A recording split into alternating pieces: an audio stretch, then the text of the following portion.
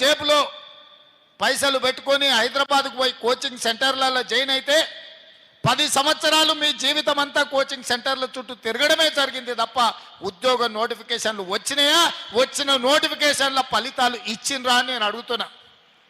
Police ఉద్యోగ నియామకాలు, టీచర్ల ఉద్యోగ నియామకాలు, డాక్టర్ల ఉద్యోగ నియామకాలు, పారామెడికల్ సిబ్బంది ఉద్యోగ నియామకాలు, నర్సుల నియామకాలు ఏవైనా టీఆర్ఎస్ పార్టీ నియామకాలు చేపట్టిందా? నోటిఫికేషన్ ఇవ్వరు.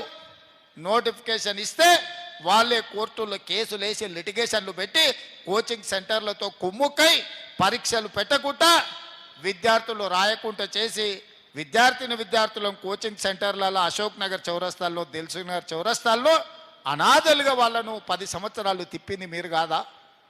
మరి నేను వచ్చిన తర్వాత 11,000 మంది టీచర్ల నియామకాలు చేసింది నిజం కాదా? ఇవాళ టీచర్లను అడగండి. 15,000 మంది పోలీసులను నియమించిన మాట నిజం కాదా? 6,000 మెడికల్ సిబ్బందిని నియమించిన మాట వాస్తవం కాదా? ఇవాళ ఫైర్ ఇంజన్ డిపార్ట్మెంట్ ఇలా చెప్పుకుంటూ వెళ్తే ప్రతి డిపార్ట్మెంట్లో 55,163 ప్రభుత్వ ఉద్యోగ నియామకాలు చేపట్టింది నిజము కాదా? ఒకవేళ 55,163 మంది ఉద్యోగులకు మేము ఉద్యోగ నియామకాలు ఇచ్చుంటే మాకు ఈ ఎన్నికల్లో ఓటు వేయండి అని నేను అడుగుతున్నా. ఇవ్వకపోతే నాకు ఓటు వేయకండి.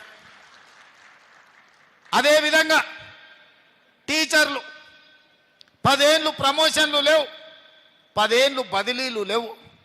35,000 మంది టీచర్లను బదిలీ చేసి 22,000 మంది టీచర్లకు ప్రమోషన్లు ఇచ్చి తండాలలో, గూడాలలో టీచర్లు లేకపోతే అక్కడ 11,000 మందిని నూతనంగా టీచర్లు నియమించి ఆ పాఠశాలల టీచర్లు నియమించిన మాట నిజం కాదా? ఇవాళ ఈ ట్రాన్స్ఫర్లైన 35,000 మంది టీచర్లు, ప్రమోషన్లు వచ్చిన 22,000 మంది టీచర్లను, కొత్తగా నియామకమైన 11,000 మంది టీచర్లను నేను అడుగుతున్నా. నేను చేసింది నిజమే అయితే మీ గుండెల మీద చేయి పెట్టుకొని ఒక్కసారి ఆలోచన చేసి రేవంత్ రెడ్డి చెప్పింది నిజమైతే పట్టభద్రుల ఎన్నికలలో నాకు ఓటేయండి. నేను చెప్పింది అబద్ధమైతే అవతలకు ఓటు వేయండి.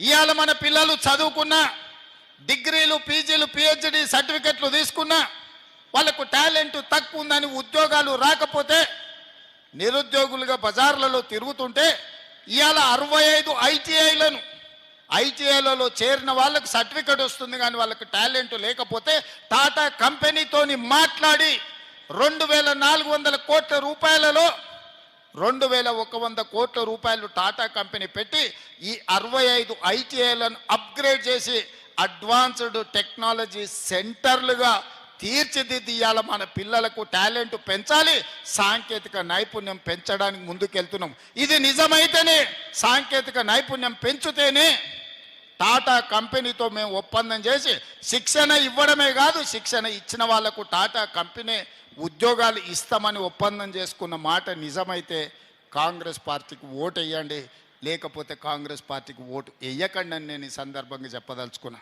అదేవిధంగా మన పిల్లలలో టాలెంట్ పెంచాలని యంగ్ ఇండియా స్కిల్స్ యూనివర్సిటీని ప్రారంభించి ఈ దేశంలోనే ఎక్కడ లేని విధంగా పబ్లిక్ ప్రైవేట్ పార్ట్నర్షిప్లో యూనివర్సిటీ చైర్పర్సన్గా Mahindra group of companies Anand మహీంద్రాను చైర్మన్గా పెట్టి పెద్ద పెద్ద కార్పొరేట్ కంపెనీల డైరెక్టర్లను బోర్డులో పెట్టి వేలాది మంది తెలంగాణ విద్యార్థులను అందులో చేర్చి వాళ్ళకి శిక్షణ ఇచ్చి వాళ్ళకి ఇవాళ ఉద్యోగాలు ఇవ్వాలి అని మనం ప్రయత్నం చేస్తున్నాం.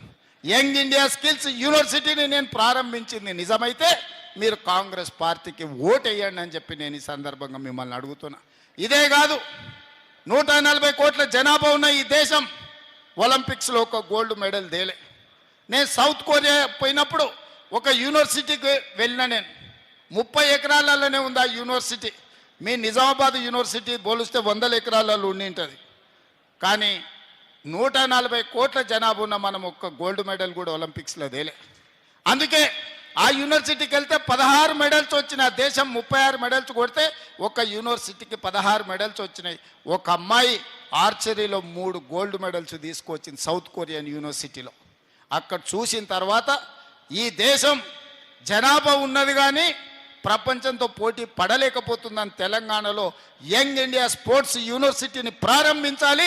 మన యువతను టాలెంటెడ్ విద్యార్థులుగా తీర్చిదిద్దాలి. స్పోర్ట్స్లో రాణించాలి అని చెప్పి ఇవాళ మనం యంగ్ ఇండియా స్పోర్ట్స్ యూనివర్సిటీ మనం ప్రారంభించి మట్టిలో మాణిక్యాలను గ్రామీణ ప్రాంతాలలో ఉన్న విద్యార్థుల్లో ఉన్న నైపుణ్యాన్ని ఇవాళ బయటికి తీయాలని మనం ప్రయత్నం చేస్తున్నాం. అదే కాదు, ఈ నిజామాబాద్ టౌన్లో నిలబడి మాట్లాడుతున్నాను. మీ ఊర్లో ఇక్కడ మీ మీ మీ మీ కాలనీలో తిరిగిన నిఖత్ జరీన్ బాక్సింగ్లో ఛాంపియన్షిప్ తీసుకొస్తే నిఖత్ జరీన్కి గ్రూప్ 1 జాబ్ డిఎస్పి జాబ్ ఇచ్చి 2 కోట్ల రూపాయల నగదు ఇచ్చి మీ నిజామాబాద్ బిడ్డను ఈరోజు గ్రూప్ 1 డిఎస్పి ఆఫీసర్గా నేను నియమించింది నిజమైతే మీరు కాంగ్రెస్ పార్టీకి ఓటేయండి, లేకపోతే కాంగ్రెస్ పార్టీకి ఓటేయకండి.